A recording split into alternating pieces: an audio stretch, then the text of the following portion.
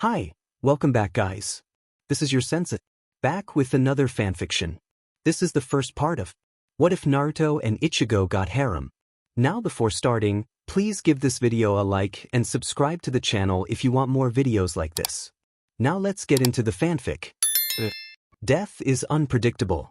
It approaches at any time and from any angle. Once it makes its presence known, it is virtually unstoppable. It can move in like a wraith, quickly and silently, creeping out of the shadows and embracing its victim in its cold, destructive grip. Or it can come in at a slow pace, letting everyone around it know that there is no way to stop it, as if it is taunting its victim.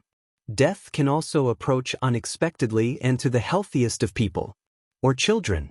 Silent sniffles could be heard throughout the clearing of a forest as a little blonde boy sat in the fetal position trying desperately to stifle his tears.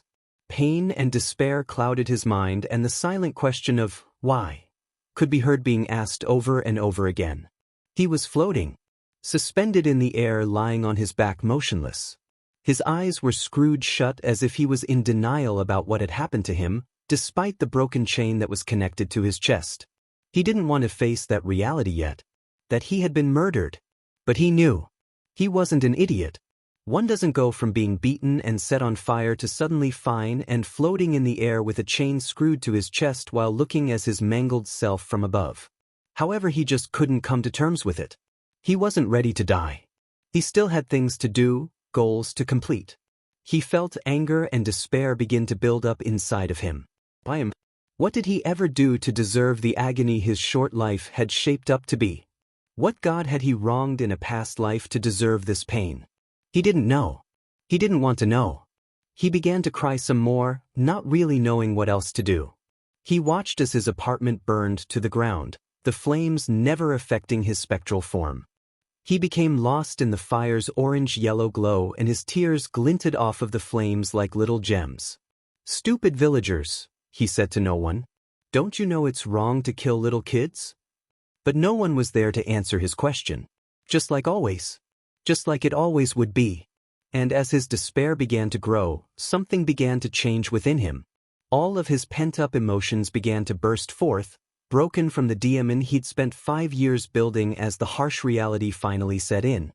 He wanted to scream, to yell out to the heavens and to curse Cammy herself for his suffering, but he didn't. Blaming others still didn't change the fact that he was dead. And that was it.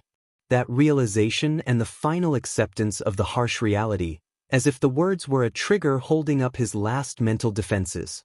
"I'm dead." They unlocked everything within his soul, everything negative.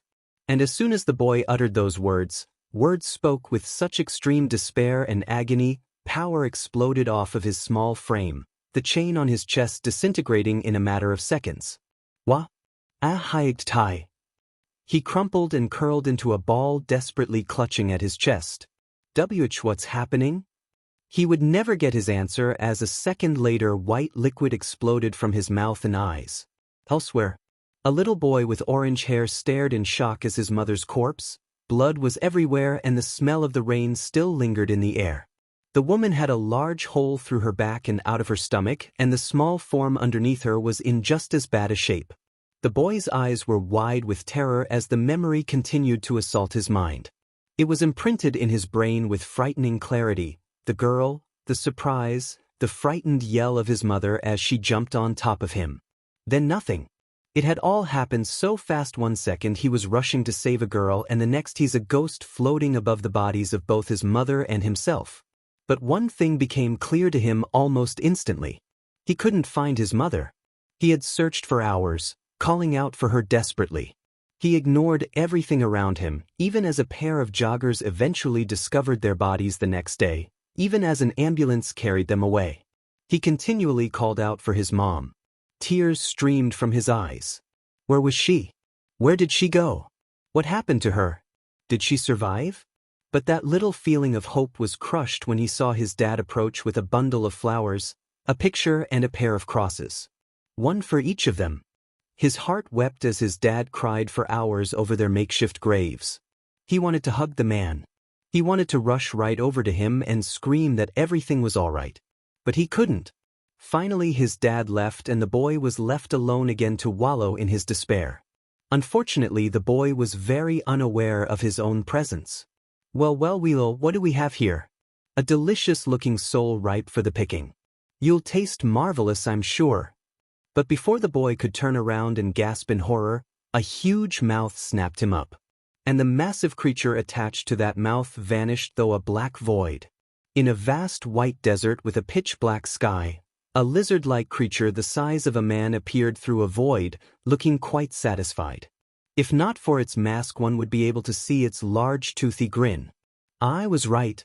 That was easily the most satisfying meal I've had in ages. I've never had such a potent soul before. The creature looked absolutely pleased with itself, as if it had achieved something great by sneaking up on the nearly dead soul of a child. The monster only wished it had some else to brag to. But then something began to feel wrong, as if he had indigestion. As if he couldn't handle the meal. What happening? Ugh. Beams of light suddenly burst from the creature, who began to scream in agony. I couldn't handle it. Arrgga. And in a brilliant display of light and color, the creature exploded into spirit particles, leaving behind the unconscious form of the orange-haired boy, only his entire body was different. Pale white skin lined with red tattoos, a short WHP-like tail that was red at the tip, and a set of rather cute-looking claws on each finger.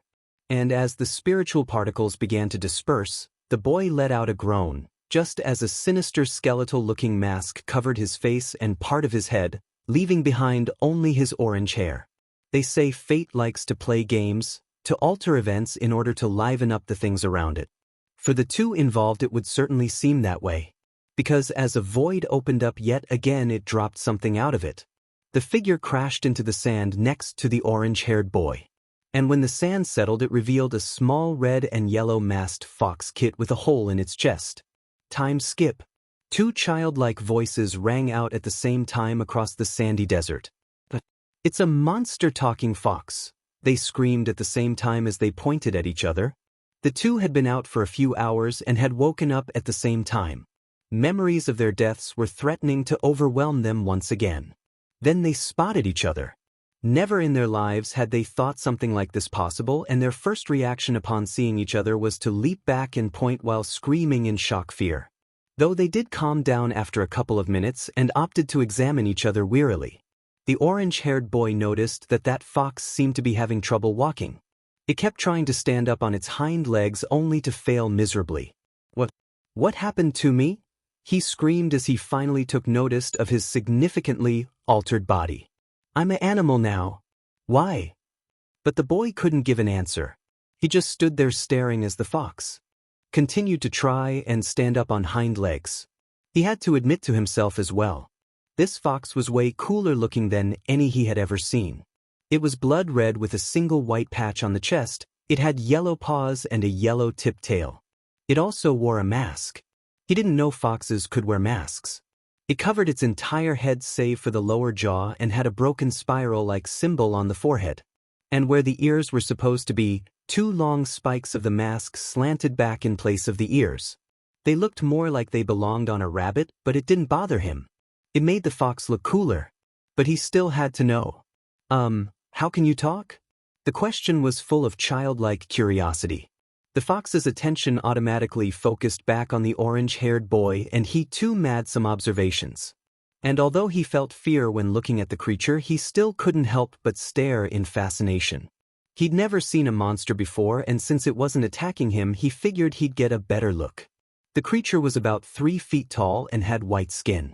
Red tattoos were etched all over the body like tribal markings, and glowing yellow eyes peered back at him from behind a red and white skull mask.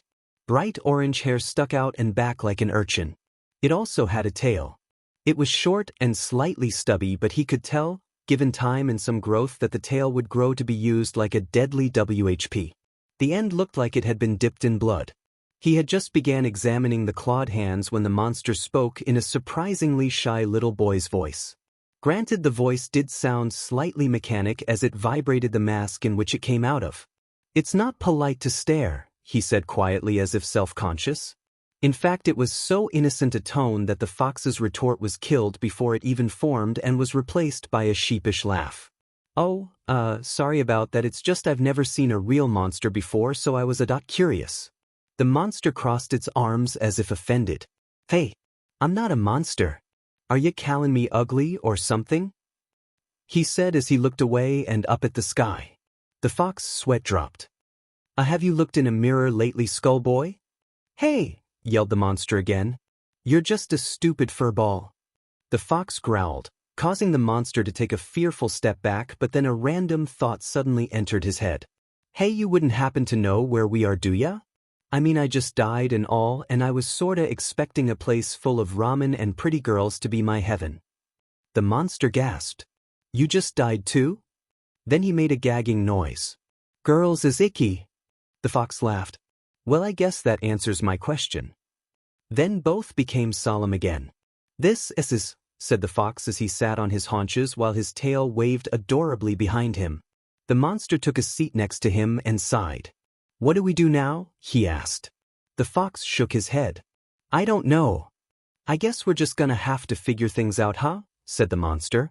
The fox nodded, then beamed. But that's okay. I'm used to being alone, so no biggie. I can survive. The Skullboy just hugged his knees to his chest. I miss Mama and Papa, he said. The fox sighed sadly. And I miss Aji-san. The two just sat in silence for a few more minutes, reliving their past lives in their heads. Hey, began the monster. How did you die? The fox looked down at the ground and glared. I was attacked by stupid villagers cause they thought I was a demon. Was it cause you're a talking fox? No. I was actually a human before I died. The villagers were just stupid, I guess. What about you? How'd you die? The orange-haired monster sighed. I'm not sure. I think Mama tried to save me from something, but I don't know what. I do know that whatever she saved me from got her instead. The fox tried to give a comforting hug but realized that he couldn't do so because of his new body. He silently cursed. But I will find her. The declaration was so quiet the fox barely heard it. But it did make him smile and smile widely. I'll help you, he declared loudly. Huh. The fox nodded, jumping to his feet and nearly falling over again due to his lack of experience with 4 legs. Yeah. It's not like I have anything better to do, and I didn't have any parents or anyone that loved me except for Aji-san, and he's still alive, so I'll help you. We'll get so strong that whatever took your cousin will tremble in fear at our power. The orange-haired monster actually let out a grateful laugh. And after that we'll find heaven and live forever in paradise. But what if there is no heaven? Asked the fox. The orange-haired monster looked up in thought for 10 seconds before he held out his hand. Then we'll make one, he said. We'll make sure that the afterlife is something to look forward to. Deal? The fox grinned and placed a paw in the little monster's hand in a handshake. Deal. The two smiled at each other and turned in a random direction, memories of their past lives fueling them and new dreams pushing them forward. Oh, began the fox. I never did get your name. The little monster gave a smile even though it was hidden behind his mask. Ichigo. Kurosaki Ichigo. Nice Tamicha Ichigo. I'm Uzumaki Naruto. Ichigo smiled again and set out towards the horizon, Naruto walking awkwardly next to him. Two spirits transformed but unaffected by the taint the transformation brings. In time these two would forge their own destiny. One made from legends. Many hardships will meet them on their journey and many will change the way they see the spirits of those lost to suffering because of these two. They say fate really does like to mess around with the current timeline. What type of future would come from these two being dead, transformed and in each other's company? No one can actually answer that question. It's up to these two to decide what future to build. Time became irrelevant to the two as they trudged side by side across the desert, walking endlessly with seemingly nowhere to go and seemingly getting nowhere. Naruto had grasped the concept of walking on 4 legs quite quickly. It's like crawling, he mused as he took careful but quick steps in order to keep up with his new friend. He still hated the fact that he had turned into a fox when he died, and he was glad to know that this bleak desert wasn't heaven either. But it didn't stop him from wondering what this place was though. So far the only form of life he's encountered was Ichigo, and he was just as lost. The two came upon a small white and very dead tree and collapsed by it. "This is Seekus," said Naruto with what would have been a pout had he been in a human body. Ichigo agreed with him with a nod. "I thought little kids always got into heaven." "Apparently not," grumbled Naruto as he lied down and rested his head on his front paws. Ichigo cast a sideways glance at the fox but said nothing. He just gave a sigh and diverted his eyes toward the sky.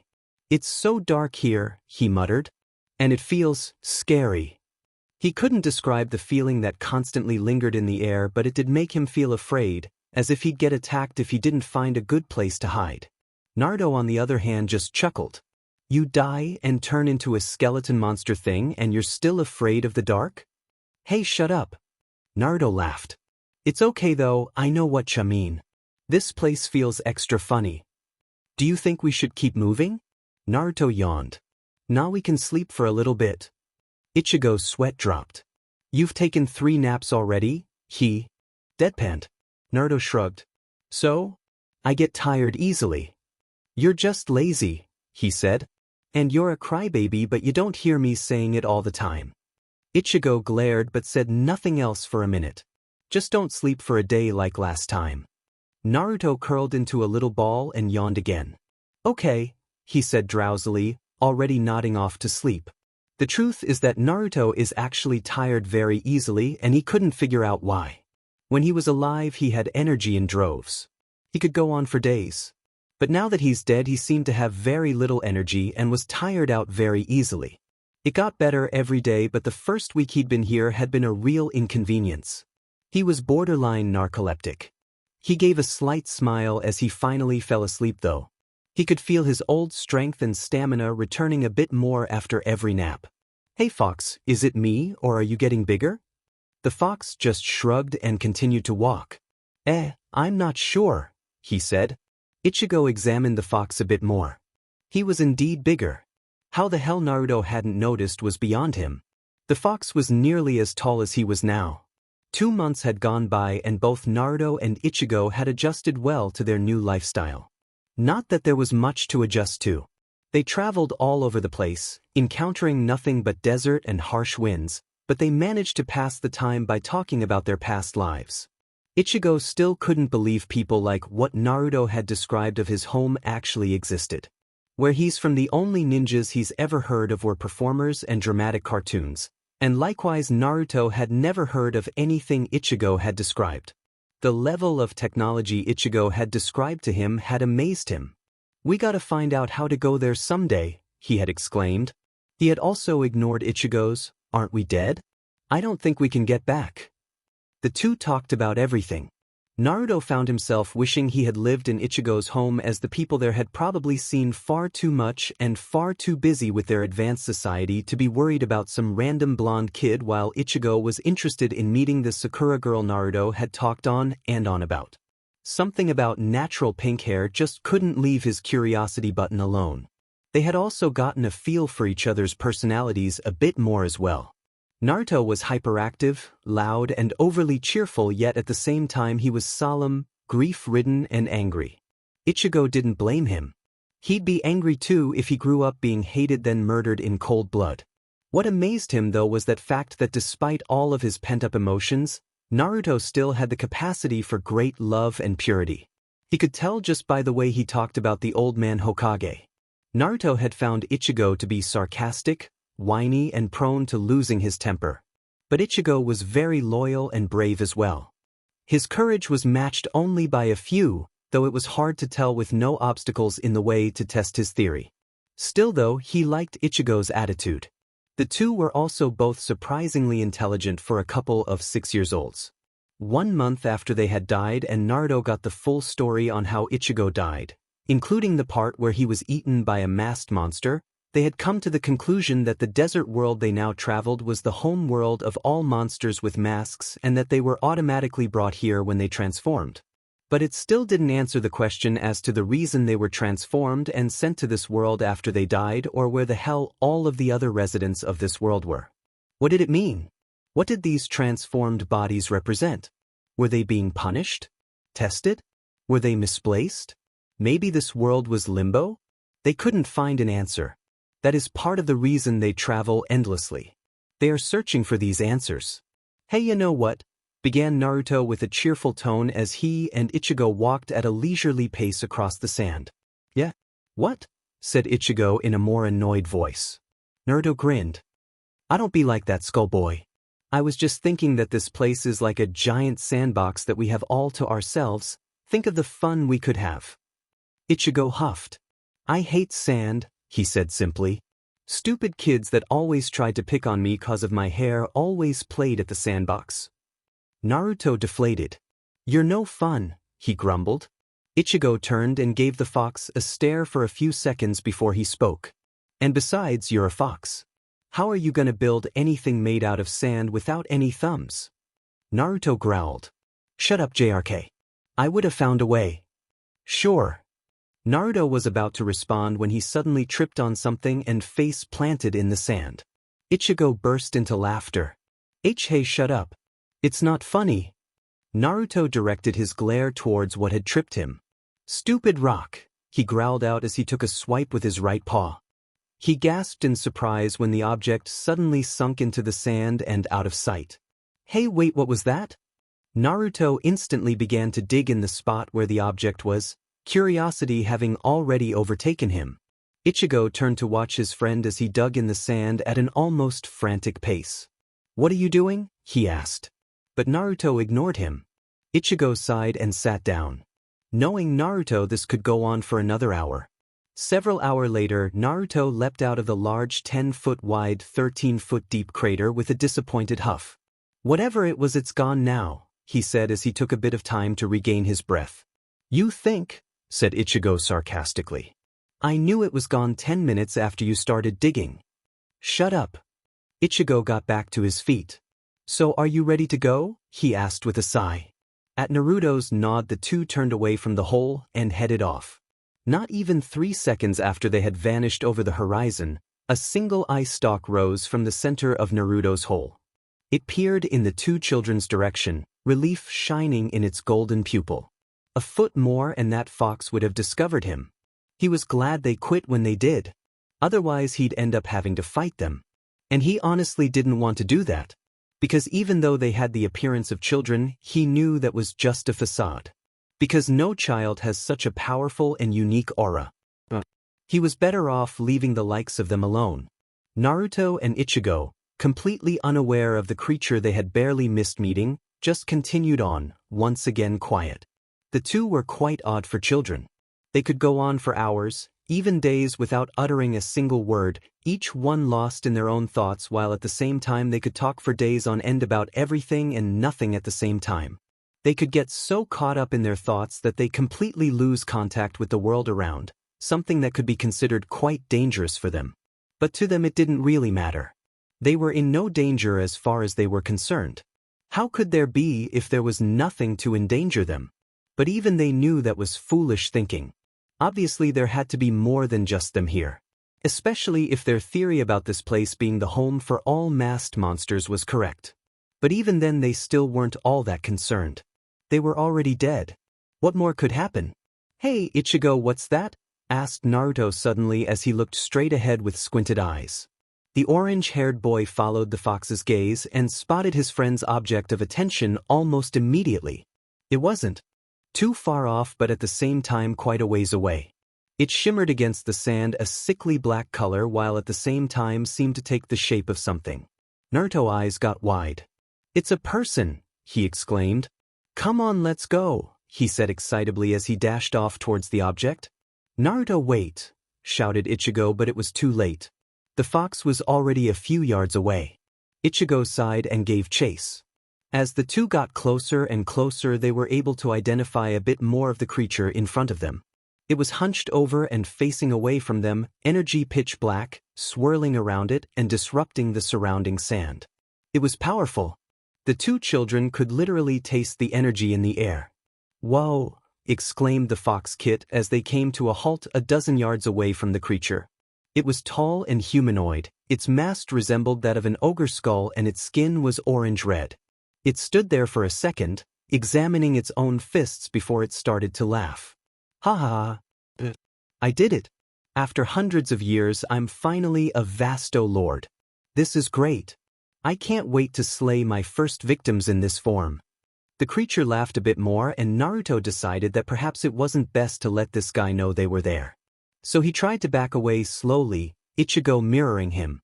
Unfortunately for the two, the Vasto Lord already knew they were there, and before they even got 2 steps back, the creature was upon them, looking down in curiosity. Well, what do we have here? See, explained Naruto as he tried to run. Not so fast there. A large hand shot out and grabbed the little fox by the scruff of his neck. His other hand grabbed the top of Ichigo's head. Fear gripped both the children's hearts as a pair of glowing red eyes peered directly at them. 2 little hollows with such an unusual ryutsu, how interesting. The 2 children felt confusion suddenly enter their minds, replacing their fear in an instant. Hollow? Ryutsu, what are those? The Vasto Lord seemed genuinely surprised for a second before he chuckled. Newly dead souls then, eh? Hehe, children no less. He liked his lips. How very interesting. Ichigo, unable to hold back his remark any longer, blurted out, "Look, you're starting to creep me out. Get to the point already." Naruto growled. "You baka? You trying to get us killed faster?" The Vasto Lord laughed. It was a sound that sent chills up and down their spines. "Hehe, musing brats. Luckily for you, I have no interest in your power." He then looked to the east.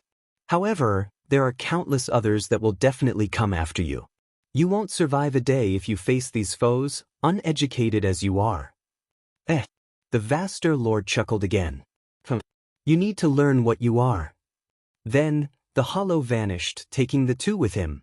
They reappeared in a dark forest deep under the desert. "This," began the Vasto Lord. "It's the true home of the lower ranks of the hollows.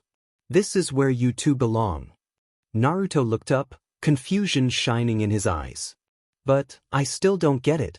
What are we? What are hollows?" The Vasto Lord merely pointed to the right and said, "See for yourself."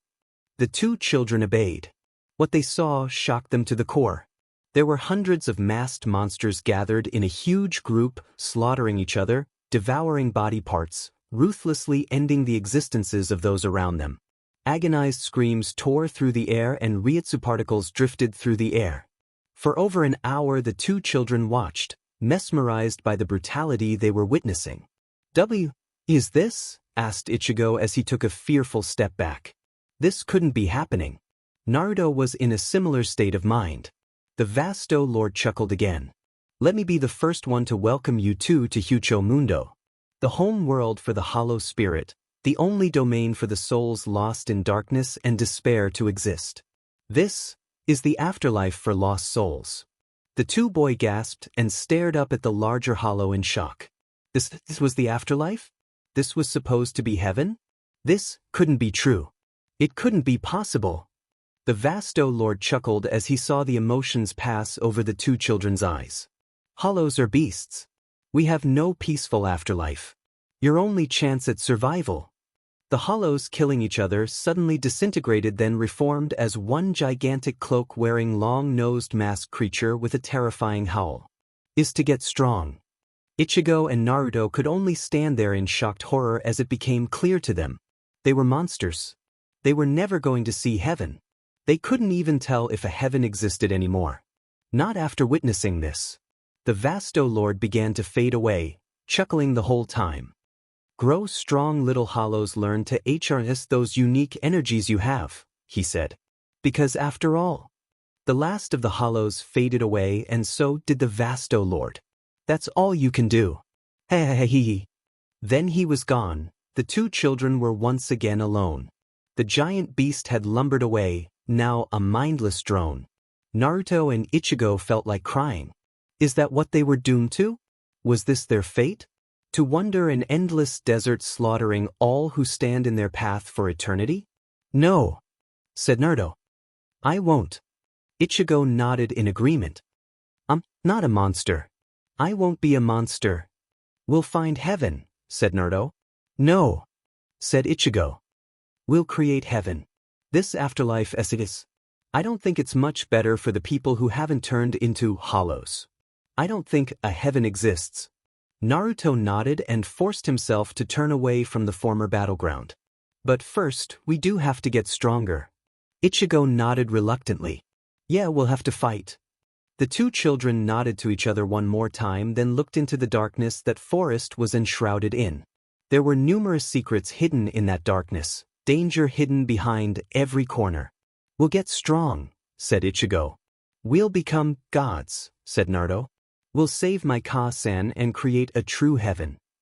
The two then gave determined smiles and ventured into the forest, never to be heard from again for another 10 years. With a pain-filled grunt, a large bear-like hollow smashed into the ground, covered in bruises and cuts. Its glowing eyes were shining with fear and resignation. So, it's true, he grunted out between red breaths.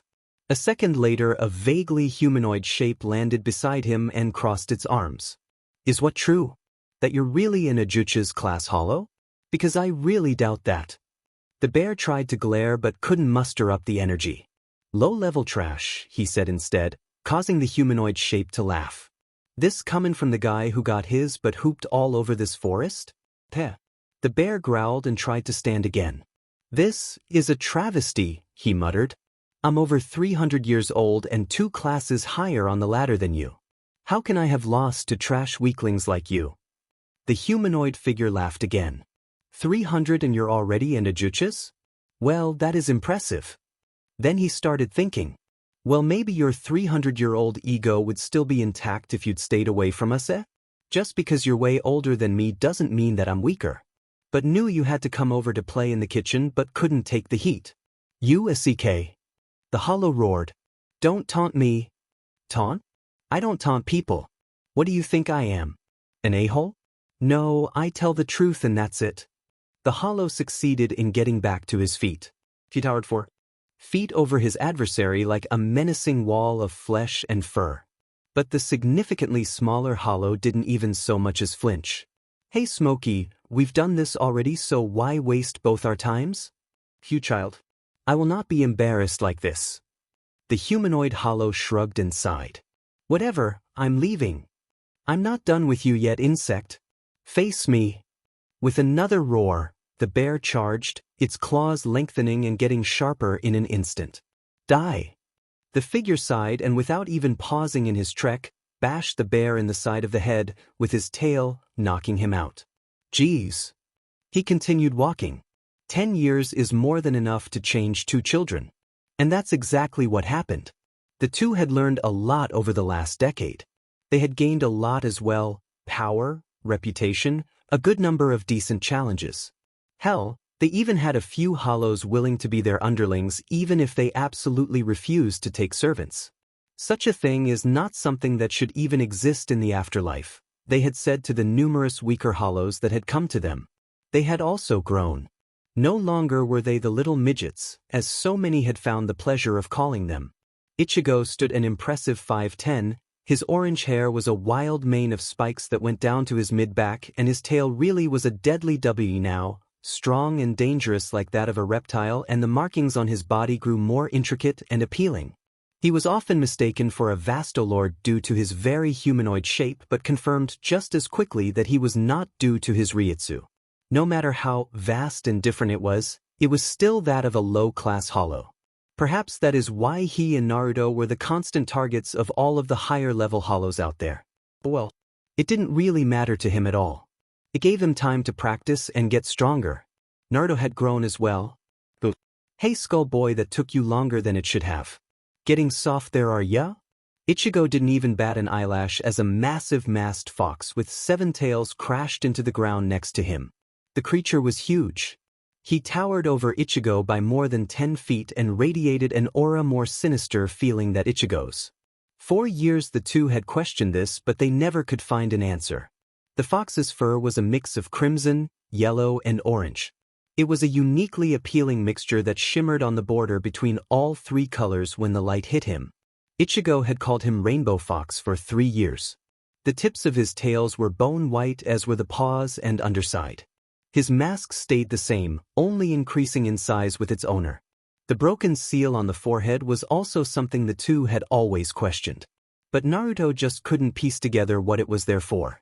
No other hollows had such designs, and it made him glad to know that he was unique.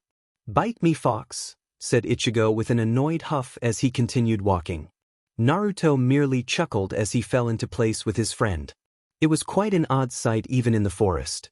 While it was generally common for hollows to travel together, that usually only applied to the weaker and less intelligent hollows and Jillian.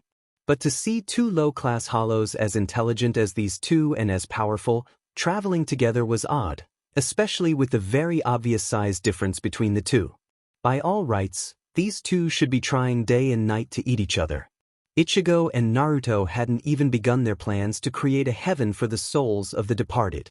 How could they when they were spending all of their time surviving in a forest full of monsters hell-bent on killing them and absorbing their power? Still though, they actually enjoyed it. Hollows, the more intelligent ones, could be rather good company, especially those of weaker power who looked up to them, so to say.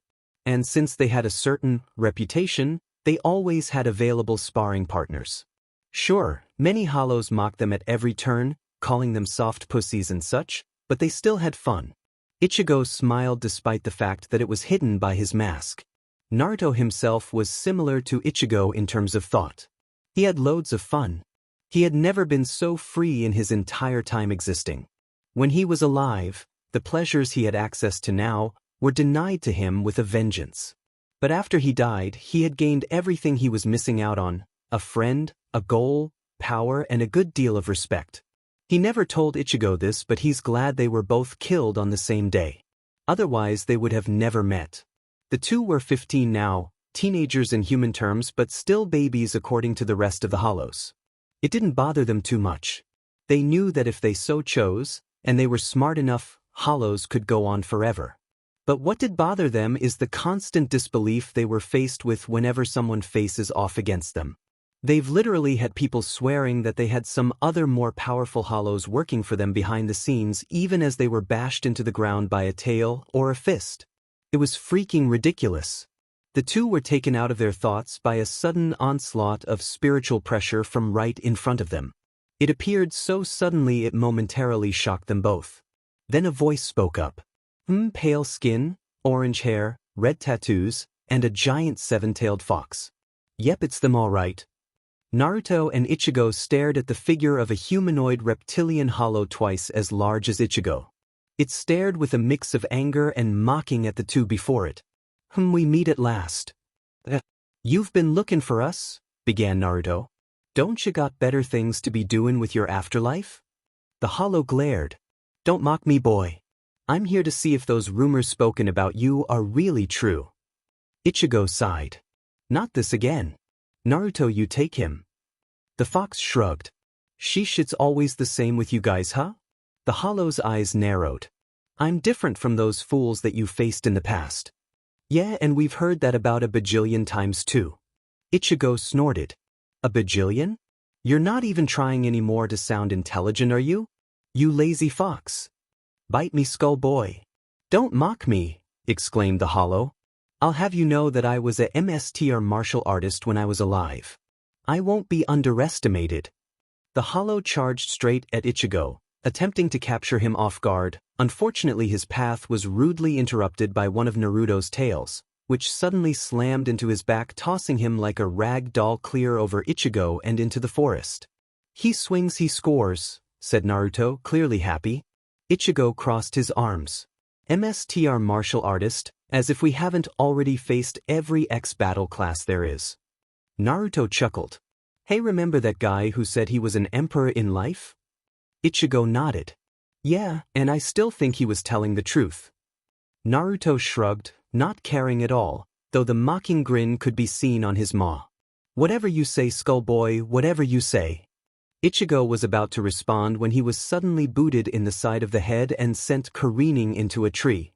He fell to the ground on his head looking shocked. For a second everything was quiet, before Naruto burst into laughter. Ha ha ha, Ichigo, you SCK man. You really do. Hey, bite me, but wipe. The coward snuck me. The orange-haired hollow glared heatedly at the reptile that Naruto had swatted away earlier and let a bit of his ryutsu leak out. The hollow's eyes widened at the power hidden just behind. If Ichigo chooses to, he could kill him with his spiritual pressure alone. This was unreal. However, he narrowed his eyes and prepared to strike again. He had something to prove, and these two were the perfect stepping stones for him. He wasn't going to let these two children make a fool of him. Unfortunately for him, however, Naruto had other plans, thus becoming evident when a massive paw suddenly slammed down and pinned the reptile to the ground. Look, guy, I'm really not in the mood right now, alright? So beat it before I seriously hurt you. The hollow glared up at him, Ryutsu suddenly exploding off of him in a display that made Naruto widen his eyes in surprise. The fox recovered just in time to avoid a vicious upward kick to the jaw. So you do have a bit of skill, do ya? Fine then. Ichigo just righted himself and sat down and inspected his fingernails in a manner that told everyone there that he was bored. The reptile hollow's eye twitched a bit. He stood straight up and glared into Naruto's eyes. His Ryutsu was swirling around him like a tornado. It was actually quite impressive. Men, these brats still mock me. Are you really that arrogant? Because you happen to win a few battles over a few low-class opponents?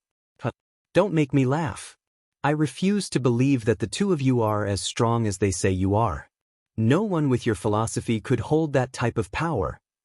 At this, Naruto's eyes narrowed. He's heard this million of times as well. A philosophy? You're all but hurt over a fucking philosophy? Naruto's Ryutsu began to leak out, thick and gelatinous and crimson. It was like its own entity. The hollow tensed up at this, but he couldn't help but scoff as well. You and your friend are disgraces to hollow everywhere, walking around showing off your strength but then refusing to finish off your opponents. It's shameful. I heard that you don't even eat. It's a wonder you're even as strong as you are. Naruto sighed. Well, excuse me for viewing your perception of afterlife as a stupid one. Things like death shouldn't even be possible in the afterlife. Every soul should be granted its own paradise after death. After all, it's a second existence, a blank slate. Ichigo and I were killed when we were 5, almost 6. 6. A burst of Ryutsu threw the hollow into a tree. Do you know how disappointing it is to die a little kid and wake up to this sheet? Then we learned that this place wasn't even hell, just a second existence for those who couldn't get over their sadness. How unfair is that? Then we find that these souls go around killing and eating each other? What kind of afterlife is that? You want to know why we don't kill or eat other hollows? It's because it's wrong. Naruto stood up to his full height. He loomed over the reptilian hollow and glared with piercing glowing blue orbs. Yet another unique thing he and Ichigo alone shared, as the eyes of a hollow were always yellow and black. So don't come to us with your petty little judgments. We won't kill. We won't eat others, and we sure as hell won't take the easy way to getting strong. He turned and started heading away. If you want to get strong, then train. It's what we do. It's not that hard. The hollow could only watch, shocked as the giant fox vanished into the woods with Ichigo following after him. That was strangely emo of you, fox. Bite me, skull boy. The two continued on, trading good-natured insults as they always did. But they were unaware of a pair of eyes that was watching them. Geez, Agen, they let someone live? Began a voice full of arrogance and scorn. They're both a couple of pussies. I say we take him out right now. And for the millionth time, no. You know what Aizen-sama said? We are to observe them. They interest him. Whatever. Two hollows hidden in the shadows watched the two boys for over an hour. It had been about 4 months since word had reached their MSDR's ears about two hollows, low level with more Ryutsu and strength than hollows more than 2 classes up the ladder than them. They knew all about what these two were about, how they refused to kill, how they refused to eat other hollows. They even avoided the massive gatherings that formed the Jillian. It was quite a shock at first to learn that people like these two existed. Pacifists were not the ideal choice of lifestyle if you plan to live long in this world. They were unique. Aizen-sama had taken an interest in them for the simple fact that they were so pure. However, he didn't want to reveal himself to them. They'd come to him. All hollows did. That was what Aizen's words had been when he sent these two to observe Naruto and Ichigo 4 months ago. It's always an adventure following these two. began the first voice. Whatever. There was an audible sigh before both were gone. Once they were gone, Naruto and Ichigo both visibly relaxed. You think they'll ever tell us why they're following us? Asked Naruto with a grin. Ichigo glared. I know you heard them talking, you dipstick, and based on their conversation the answer is no. Naruto sighed and plopped to the ground, rattling the trees around him. Geez, you're such a moody beach, you know that? Bite me, fox. Anyway, I wonder who this Aizen guy is? Is he some type of powerful hollow with thousands of underlings? Ichigo shrugged. The truth is that Naruto and he first heard the name Aizen mentioned when they were 10. They had defeated a rather cocky hollow, and right before they left to continue their wanderings, the hollows started panicking, demanding that they kill him or he'd be forced to face Aizen-sama's wrath. But like now, they didn't give two sheets about Aizen and his pointless wrath. To this day they know not what happened to that hollow. Only that they didn't kill him. It was shortly after the 10th year after they died that they noticed a pair of rather powerful hollows trailing them wherever they went. They were horrible at stealth, especially that arrogant guy whose voice is full of the lust for battle. Naruto wanted to laugh every time they secretly followed after him and his orange-haired companion. Well, ain't no skin off my bones. Wake me up in an hour, said Naruto as he closed his eyes. Ichigo would have raised an eyebrow if he could. What makes you think I'm waking your big fat lazy butt up, a-hole? I ain't fat, damn it. It's the fur. Whatever helps you sleep at night, fatty. Bite me, skull boy. The two boys were asleep 3 minutes later, smiles tugging at their lips. It was always like this. The two were like brothers.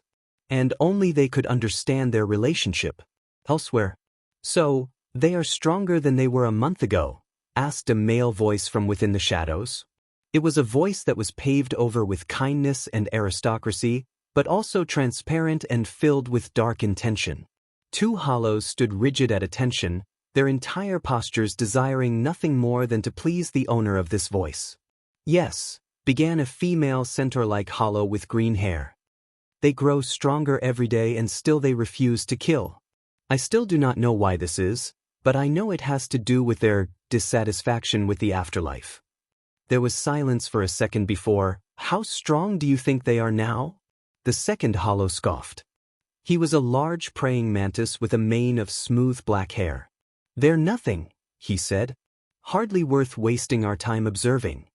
I disagree, said the centaur, causing the praying mantis to glare at her. They are both very powerful. They can fight with ajuchas now.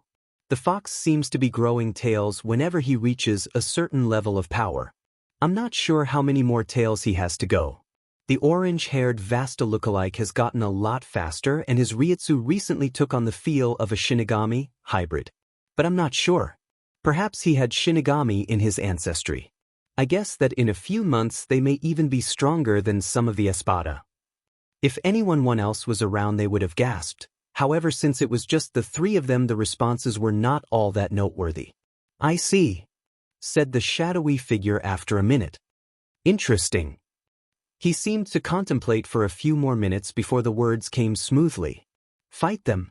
If they are as strong as you say, then they should provide a decent challenge. If not, then kill them.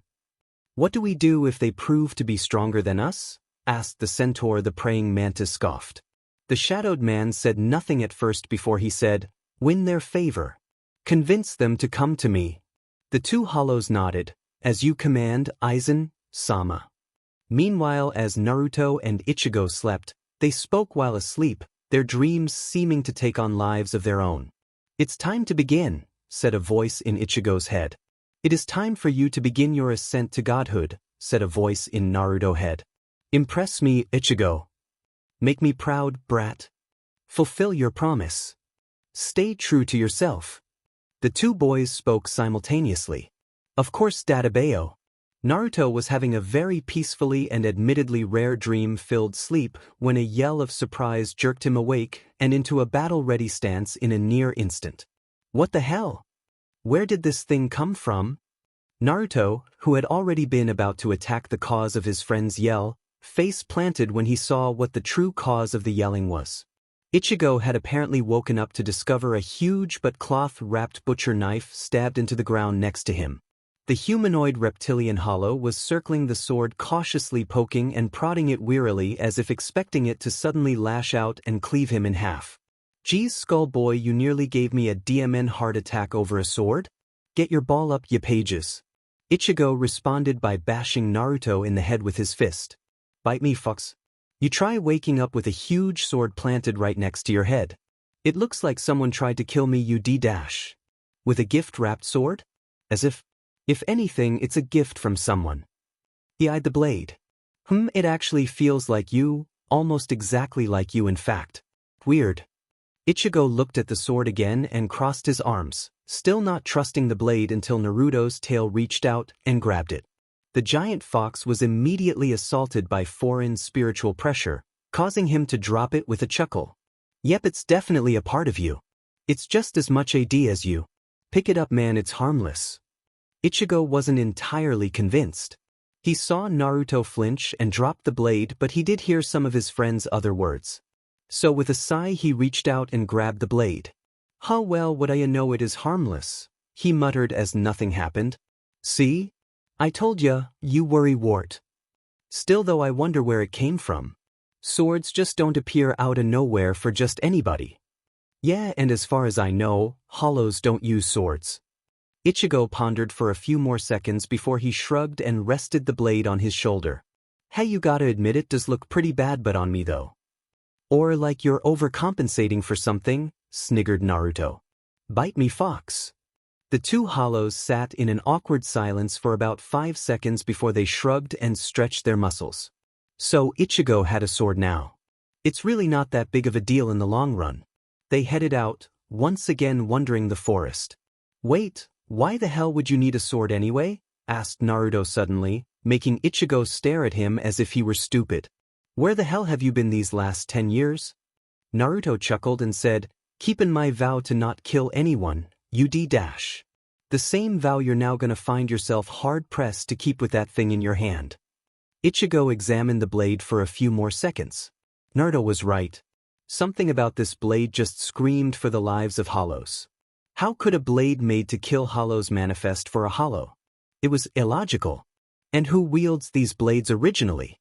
He didn't know, and it made him a bit uncomfortable.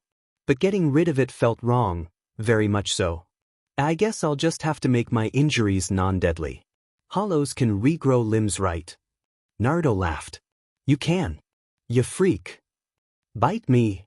Putting aside his playful annoyance, Ichigo rested the blade on his shoulder and continued on, Naruto right next to him. As they walked, they could feel the numerous hollows in the shadows shying away from them, weary of approaching the two who were so obviously stronger than they are, and many took one look at Ichigo's new sword and fled. It was a rather new and pleasant experience to them. Ichigo was still trying to decide how he was going to succeed in not killing anybody with his weapon and was pretty relieved to know he'd not have to be fighting anytime soon. A wave of spiritual pressure abruptly destroyed that thought. Naruto and Ichigo froze as the Ryutsu washed over the area. These guys were powerful. Ajuchas but with years' worth of experience and ability. "Sheet," muttered Ichigo, his hands tensing around the handle of his sword. "Yeah. It's about to get real on us," muttered Naruto. They scanned the forest waiting for a powerful pair of hollows to emerge from the forest and challenge them to a fight. What they didn't expect was for the air itself to suddenly split open and reveal a black void. "Heh, we meet at last," said a man's voice, one that was full of bloodlust and excitement. The two young hollows watched in fascination as two forms emerged from the portals. Their eyes widened behind their masks as the two settled on the ground in front of them, the portal closing in an instant with a snap. "What the hell?" The giant six-armed praying mantis laughed evilly while brandishing his scythe-like bladed arms menacingly, and the ram centaur woman with green hair and a ram skull mask covering her face gave a polite bow. Naruto chuckled. "Something funny, prick?" growled the praying mantis. The giant fox shrugged. "Well, yeah," he began. "First is your rather pathetic attempt to look intimidating to a fox who's like 6 times your size." He turned to the centaur, ignoring the praying mantis's growl. "Then you bow to us. Who the hell does that this day and age? Ichigo snorted. "Not that we don't appreciate it or anything. Manners are, after all, a cornerstone of a civilized society. What the F society have you been livin' in for the last 10 years, skullboy? 'Cause it sure as hell ain't the one I've had the misfortune of livin' in. Bite me fox. The centaur couldn't help it.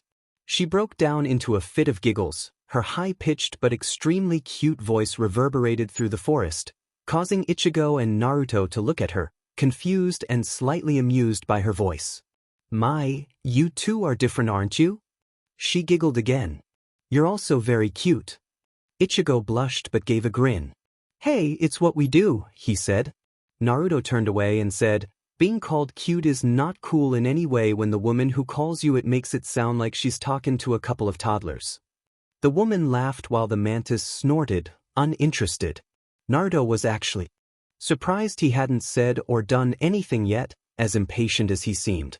He spoke again, deciding to finally get serious here. Cuteness aside, you guys are here for a reason. Who are you and what the hell was that portal thing just now? While the praying mantis looked at the two like they were idiots, the centaur spoke up again, faint surprise in her voice. Oh, forgive my rudeness. I am Neiliel II Oderschwank and this is Neutra Jiruga. Forgive me, but did you just inquire about the Garganta? Neutra chose this time to speak. You two really are something. You don't even know how to create a friggin' Garganta? Ichigo shrugged and Naruto leveled a stare at the mantis. What do you think? He asked with a deadpan tone. Neiliel spoke up before Neutra could snarl and attack the giant seven-tailed fox. That is most surprising, she began. But that is definitely not our biggest concern. Oh, and what is your biggest concern? Asked Ichigo, his grip on his sword already getting tighter. Neiliel gave a regretful sigh and said, we are here to test you for our... We are simply agents, scouts if you will, for possible additions to Aizen-sama's army. Ichigo and Naruto gasped. It was them. The two who had been following them on and off for a while now. Now their sudden appearance makes more sense. So this Aizen finally saw fit to contact them directly, huh? Naruto voiced the thoughts that were flying through his and Ichigo's mind at this moment. Well, dear men. Neiliel continued. You two are different, unique. No hollow like you should even be possible. Aizen-sama would be foolish to ignore the two of you. Look at you two. A giant fox whose very Ryutsu can scare even the toughest of foes. You may not realize this, but your energy is something else entirely. It's thick, potent. Even now I can feel it swirling just below the surface, waiting to be unleashed, begging for destruction and death. It is like a vast ocean of fire screaming to erupt out of you like a volcano. She turned to Ichigo. And you are a hollow who has more Shinigami race-do than he does actual hollow, and with a Zanpakuto to go with it. And what's more, you are both low-class hollows who are stronger than anything under the rank of high-class Ajuchas or Vasto Lord. There are whispers about you too. They say that should you ever decide to advance through the ranks you could become unbeatable gods. Neutra and I are here to test this theory. We will fight. If you prove yourselves you may live. We will even instruct you on a few things such as Siro and Garganta, and Aizen-sama will offer you a place in his army. Her Ryutsu output increased a bit, making Naruto and Ichigo finally release the breaths they hadn't realized they were holding with these revelations. Their minds were full of questions now, and these two would provide the answers as long as they could win this fight that's about to go down. Ichigo looked at Naruto. Naruto looked back. This was the real deal.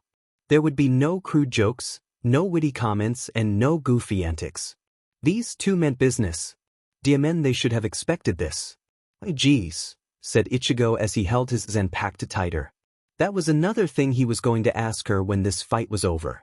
Zanpakuto, the weapon that had suddenly appeared before him, Shinigami. Is that what a Zanpakuto was used by? So many questions. There was no doubt that he'd win. He had to win. They had to win. There was no other option. The fox snorted, even as a thick red gel-like Ryutsu began to pour from the broken seal on his forehead and run down his body. Well, DMN. Got any ideas, Skullboy? Ichigo gave his own snort as his Ryutsu sprang to life around him in a tornado of black outlined by red. Yeah, don't die again. Kami only knows that, That would just SCK seeing as we met a coupla interesting people for once.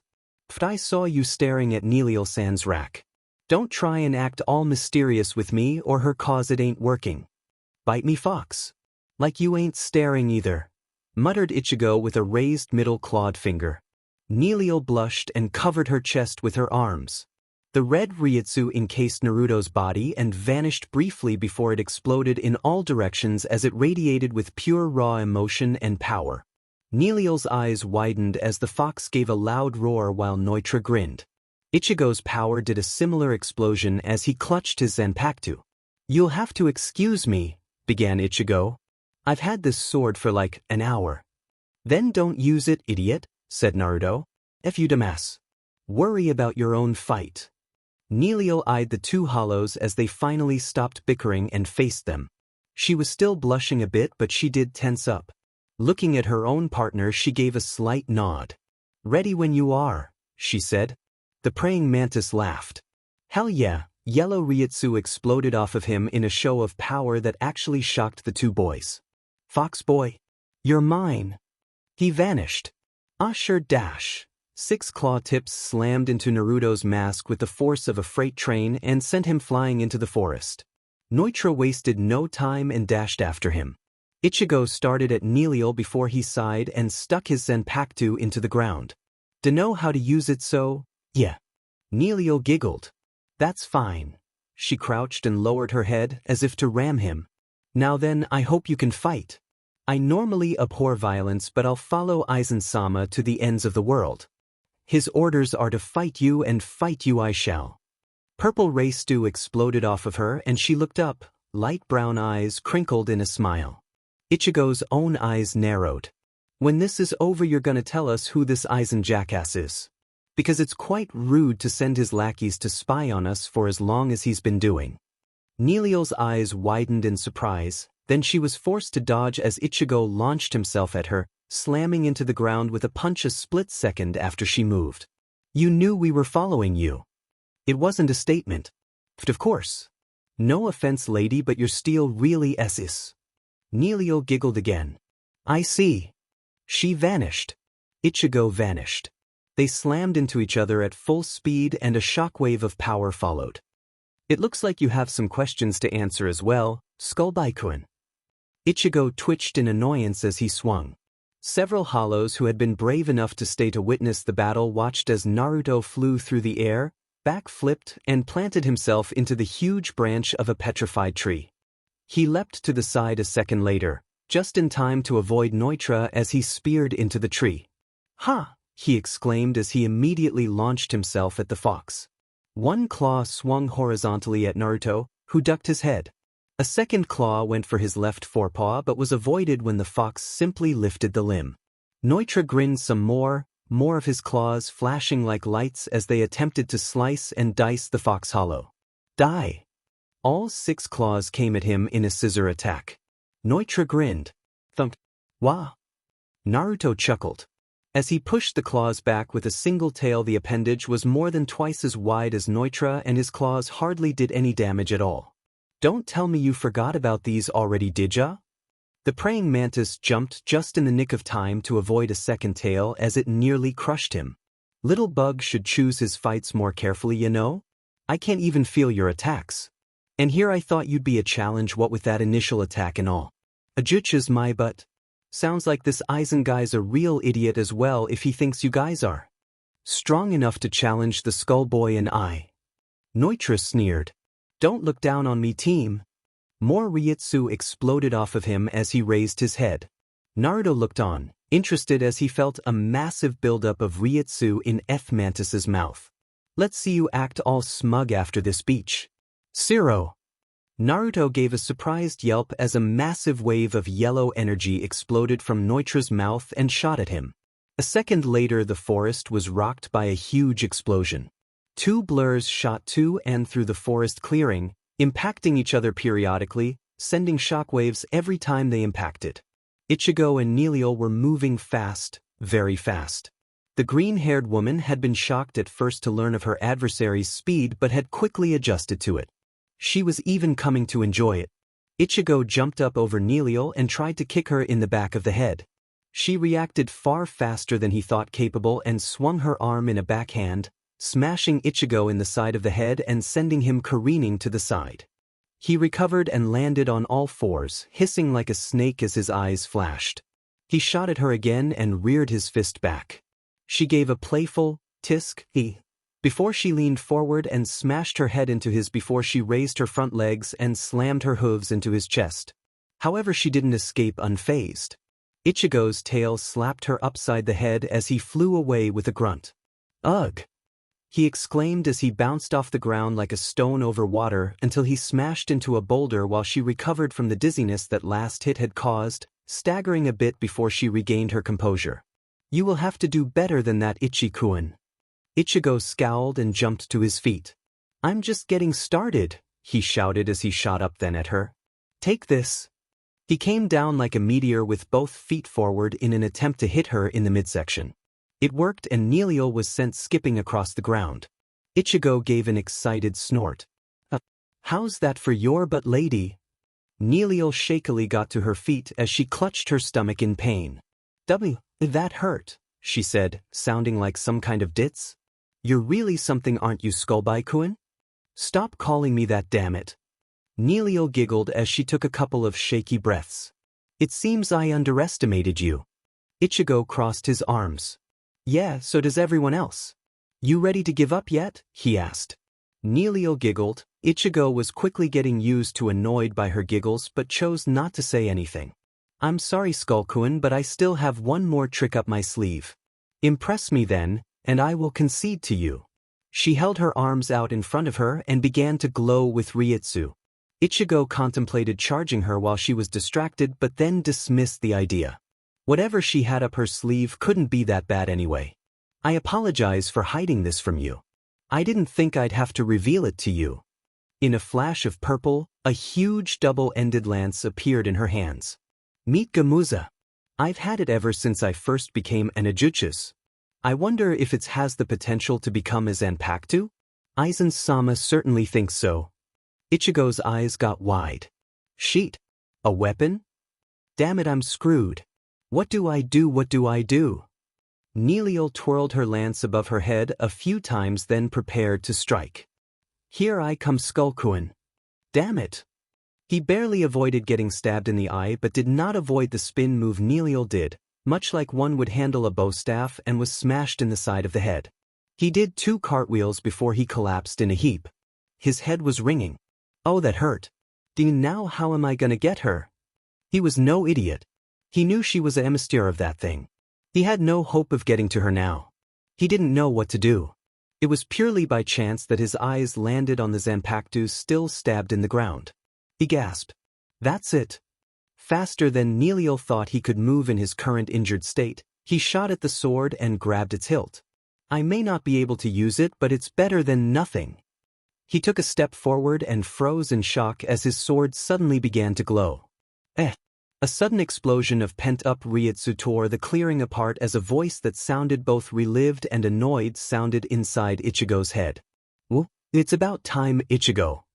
Ichigo gasped as he felt an enormous amount of power suddenly flood his body from his sword.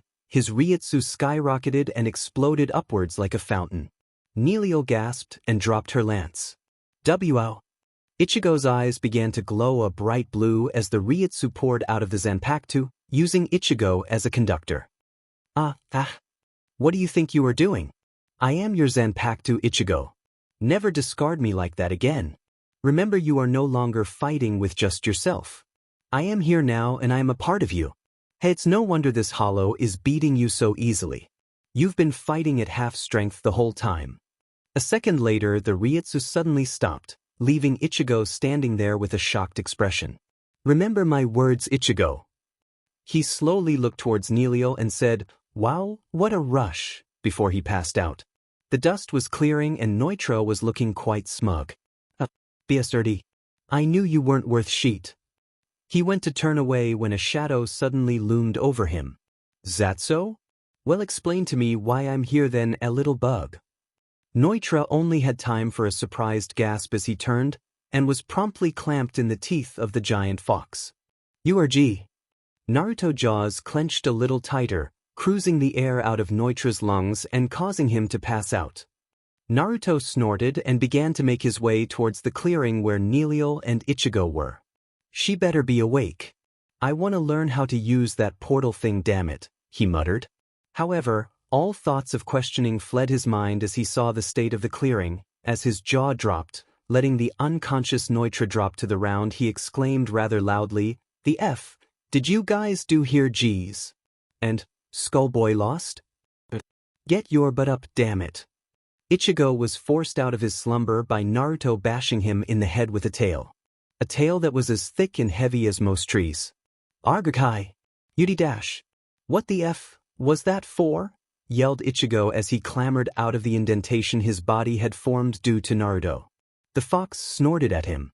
"You got your butt whipped. And here I thought we were equal in terms of power and whatnot. Looks like I was right when I said you're going soft." "Hey, Naruto didn't beat me. I passed out because of my freaky sword. It talks. And it said something about only using half strength because he wasn't being wielded. But sure, Skullboy, whatever helps you sleep at night." "Bite me." Naruto giggled, having recovered from her shock. "Skullkuin speaks the truth." "Skulkin? Oh, Cammy, that's rich. Ha ha ha. Shut the F up, you butthole." Naruto waited for the two boys to calm down before she continued, glad her mask hid her extremely amused expression. "Your friend is not weak. He is just uneducated, that's all. That sword he has is a Zanpakuto. It is a part of him, a manifestation of his character, will, and spirit energy.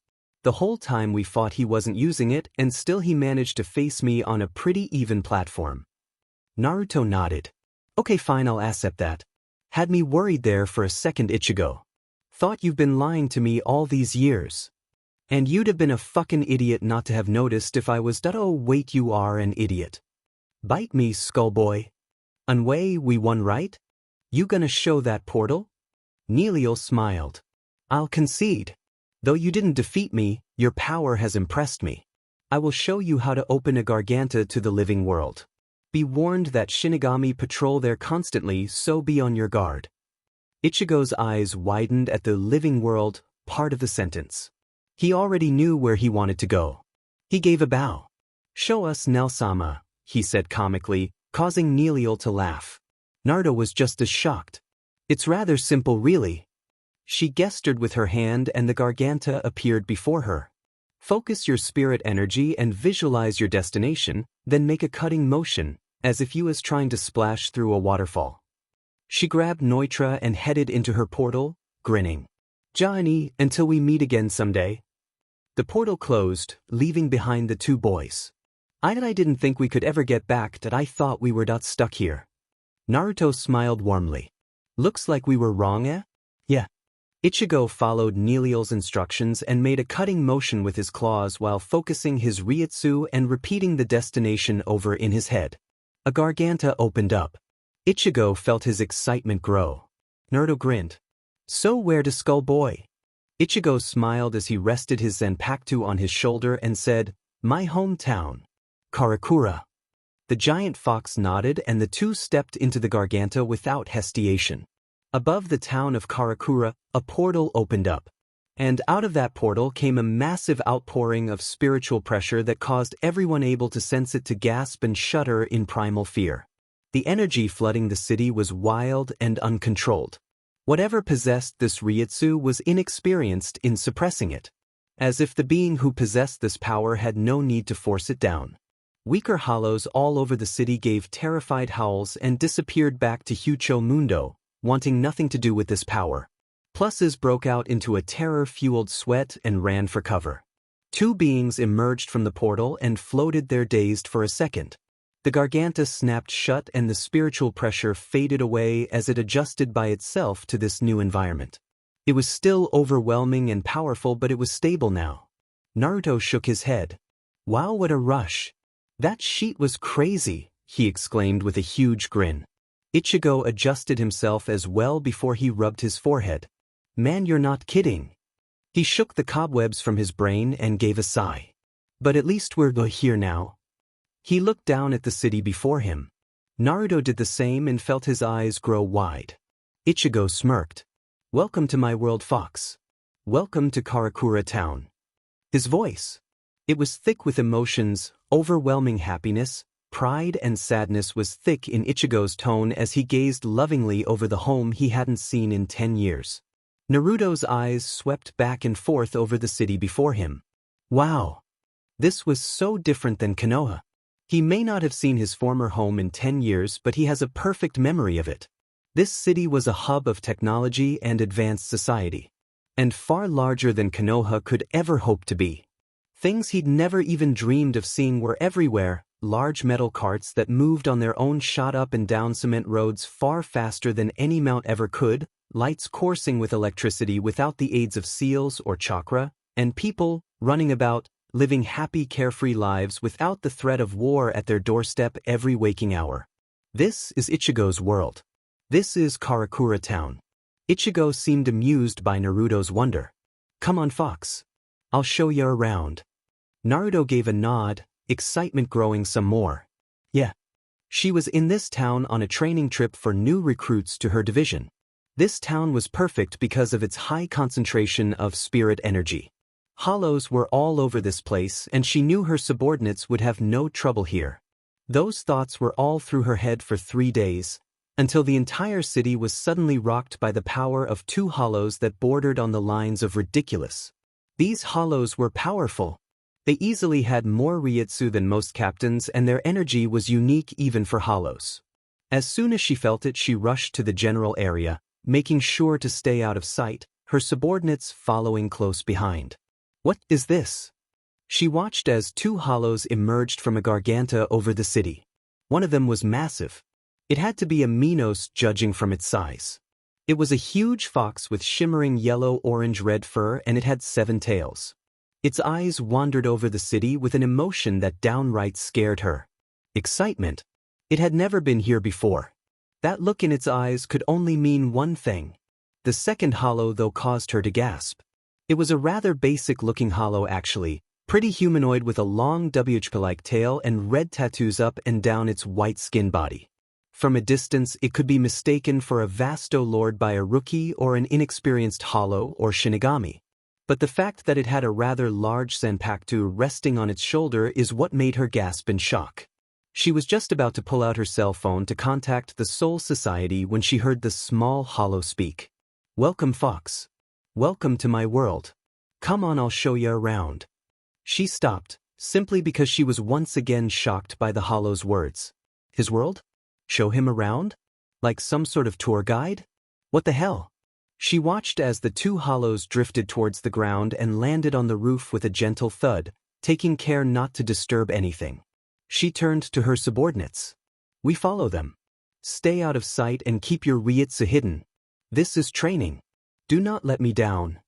Her subordinates, while looking nervous on various levels, all gave nods. She couldn't understand why, but she was fascinated by these 2 as soon as she had seen them. There was something different, unique about them.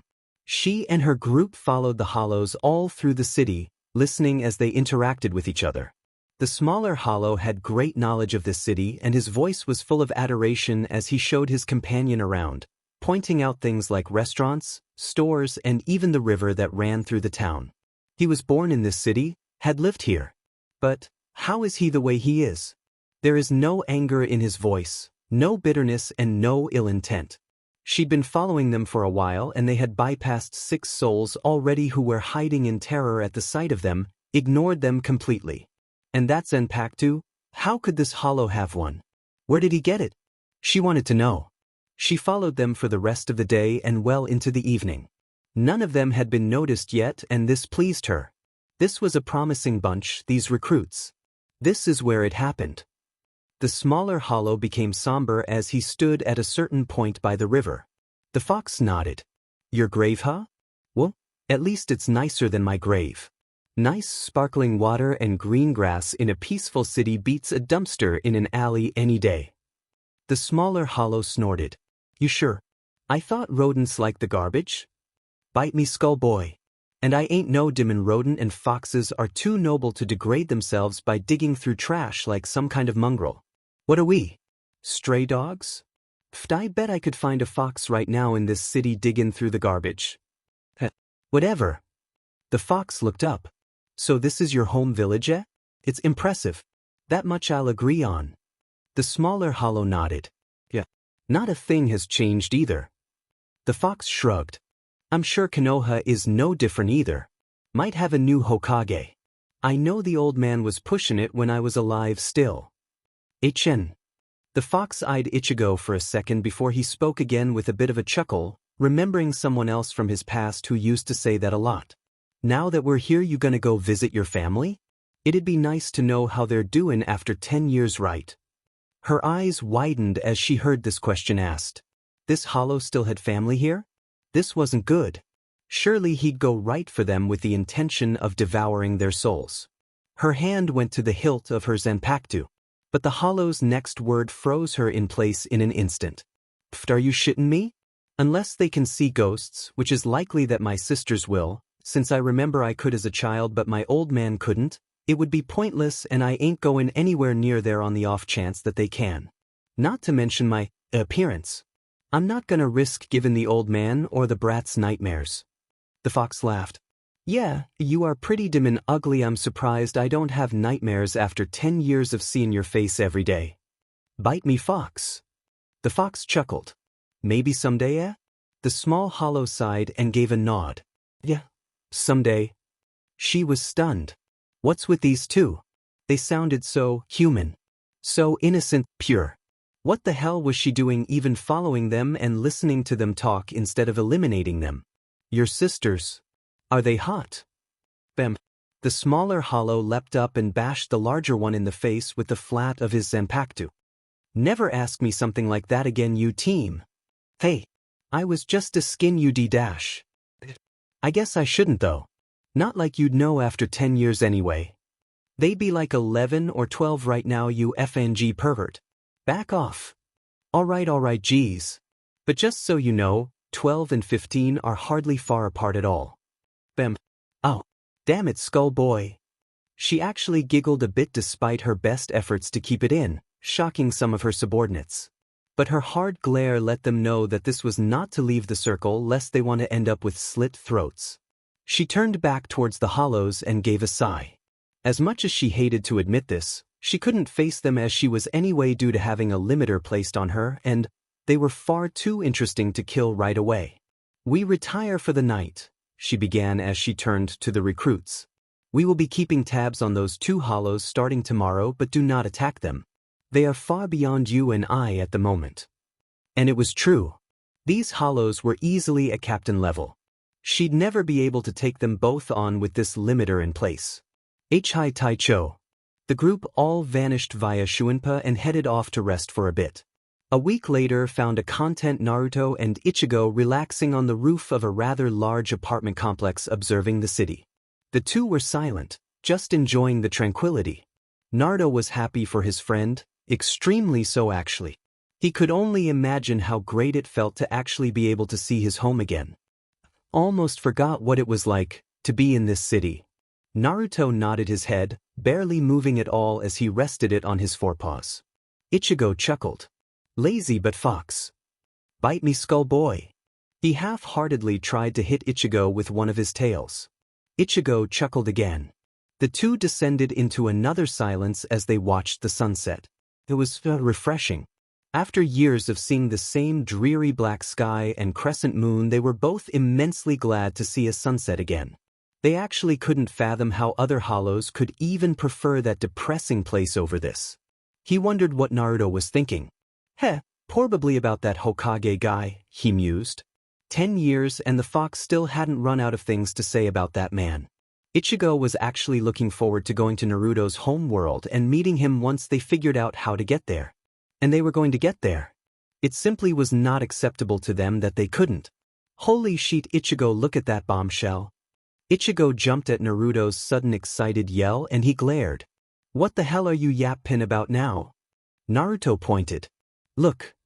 Ichigo obeyed and looked down towards the street and widened his eyes as they landed on an orange red-haired beauty strolling down the street towards the apartment complex they were currently resting on with an arm full of groceries. His eyes traveled up and down her body, mentally taking in her appealing voluptuous form. But when he got to her face he gasped as a memory flashed in his mind. Holy shit! That's Oroheim. Dimen, she really filled out nicely. Damn it, and I've missed it all. I hate being dead. Naruto chuckled. It's too bad. She looks delectable. He gave a perverted giggle. Ichigo glared. You realize how wrong that sounded coming from your giant fox, but right? He deadpanned. Besides, that body is too perfect for any random deech to ravage. You calling me a deechu but? Shut up, idiot, and once again you're a fucking monster fox. There ain't no action for you even among hollows. Naruto laughed. You don't have to wound my soul. Just be straight up with me and say that you called dibs on her. Shut up, idiot. Naruto just laughed some more. Wonder if there's anyone else you know around here? Ichigo stood up suddenly, his voice fully of happiness and excitement. Guess we'll have to look, huh? Yup. The arrival of Naruto and Ichigo was not only noticed by that Shinigami and her squad of trainees. There were several other individuals who felt that massive spiritual pressure wash over the city as well. One group consisting of a blonde man and large muscular man, a pair of children and a black cat watched from their spot at a small shop and felt numerous emotions such as bewilderment and trepidation. They weren't sure what was going on, but they decided to keep hidden for now, lest they be spotted by any Shinigami that may or may not be stationed in the town. However, if these hollows started causing too much trouble, they'd move in swiftly and eradicate them. But just from what they could feel, these two had no ill intentions. It was shocking. So they held off rushing to the scene until they had more info. Another group was also alerted. There were 8 of them. Dressed like everyday humans, they were on high alert in an instant. Hollows. And strong ones at that, exclaimed a blond man with big teeth and a slight frown. Humph. Let's go kill the BSs then if it's bothering you so much, dipshit. The blond man gave a shrug. I could use the exercise and so could you. He ducked under her swung sandal. However, I really don't see the point in revealing ourselves. I know you saw that group of Shinigami, right? Leave it to them. The girl huffed and crossed her arms. Whatever. The two turned to leave, though the man did pause. Strange. One feels like one of us, and the other one, what the heck kind hollows are they? Hey, we'd hurry the hell up. He turned towards the girl and flipped her the bird. Up yours, brat. He followed her with thoughts of the 2 hollows firmly implanted in his mind. Another week went by. She and her trainees were due to leave any day now, but she couldn't pry her eyes away from the 2 hollows. Ichigo and Naruto. That was their names. They rarely ever called each other by their names, but she had been there during such an occasion. She felt oddly pleased to know their names actually. And she found herself staring at them more and more lately than she was actually studying. It had become painfully obvious that these 2 were just here to enjoy the city. They didn't attack the pluses, they didn't cause damage, and they didn't seek out a Shinigami to devour. They were just a pair of adolescents trapped in hollow bodies but making the best of their situation. How could this be possible? She didn't know. But she had foregone calling the Soul Society to get them killed. They'd likely end up as experiments for the sick Bsrd Mayuri as soon as they appeared in Soul Society after being cleansed anyway. Deep down she knew this was extremely out of character for her and that the Soul Society would demand her reasoning for not killing them if they found out about this, but she really couldn't bring herself to care. Like those 2 hollows. They reminded her of Yorichi-sama. However, duty eventually forced her to act, and she drew her Zanpakuto. I am impressed, she told her recruits. You managed to stay hidden from those 2 despite their obvious power. You will be rewarded when we get back to the Soul Society. She opened up an Senkai gate and watched as each new recruits gave a slight grin and stepped through. Get some rest and we will continue your training in a day. Ichi Taicho. What's that? Naruto's nose twitched as he looked up, a very slight feel of spiritual pressure catching his attention and causing him to look to the west. Ichigo felt it too and turned in the same direction as Naruto. He spotted a glowing portal and a pair of old-fashioned gates. And there was someone standing in front of the portal. What the? Naruto focused more and gasped. It was a slender yet very appealing woman. She was looking right at them, a slightly surprised expression on her face. His memory almost forced him to blurt out the name Hinata, but he knew that this woman was not her. This woman was different, more fierce-looking, powerful. He couldn't take his eyes off of her, and she seemingly couldn't either. They started at each other for what seemed like an eternity. A slight breeze ruffling his fur and causing the two long wrapped braids of her hair to swing a bit, revealing the golden hoop at the end of each braid. Finally, the woman gave a slight smile and nodded before turning and vanishing into the portal. The gates closing with a snap and fading from view. Was that a Shinigami? Ichigo chuckled. That couldn't have been a Shinigami. She was freaking hot. One hell of a woman. A ghost perhaps, moving on or something. But to where exactly? Does a heaven exist after all? Yeah, she was, muttered the fox absently. Ichigo chuckled again. Stay with me, fox. Then he crossed his arms, looking smug. Though I must say, that was one hell of a moment you shared with her as well.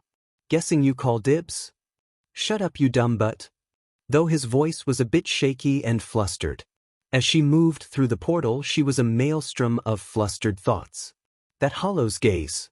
It was so intense. And his eyes were so appealing. She'd never felt so naked before a gaze in her life. Her body was still recovering from the sudden surge of heat. Just what kind of person was he in life to possess such a pleasurable aura even as a hollow? She shuddered a bit, her face turning just a hint of pink. She'd have to be sure to meet that hollow again. Perhaps he'd even accept being cleansed. After all, it wouldn't do to pin after a giant fox hollow now, would it? She gasped at her sudden thought. What the hell was wrong with her? Was she really so alone that a gaze from a hollow of all things could send her into a flustered mess? But that hollow is different, she mused. And it was true. No normal hollow had eyes that appealing in blue. She made her way back to Soul Society with thoughts of Naruto assaulting her the entire way.